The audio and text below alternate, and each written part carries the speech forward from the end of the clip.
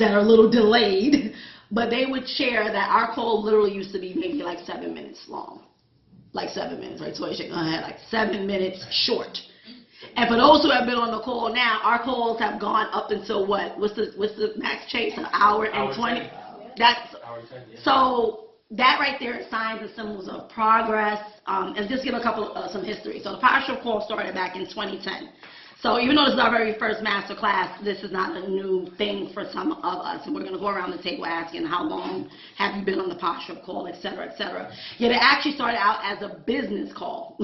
A business call to literally get people excited, just like posturing up, right? Excited at the top of the day.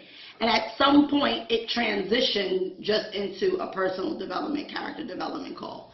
I didn't sit down one day and say, oh, we need to change it. It literally just happened organically. And here we are basically 8 years later.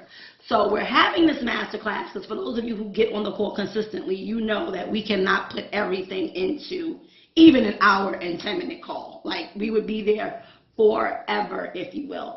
So I said, why not let's just do a masterclass? First it was a workshop, and then there was some other word I came up with. I'm like, no, actually, masterclass sounds better. I've been going back and listening to Dr. Miles Monroe now, and I'm like, I promise you, he must be talking to me from somewhere else, because the stuff I'm listening to, I'm like, and mind you, this is stuff from like the 80s and the 90s he's talking about. And one of the main things that really stuck with me is one of his videos. He talked about how he doesn't like crowds, and this one actually brought me to the masterclass. He's like, I don't like crowds.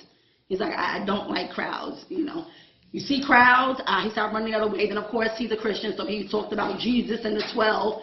He was like, when you see crowds, very rarely is some serious work happening. And I'm paraphrasing, but that's basically what he was talking about. Welcome, welcome, posture uppers from Pennsylvania.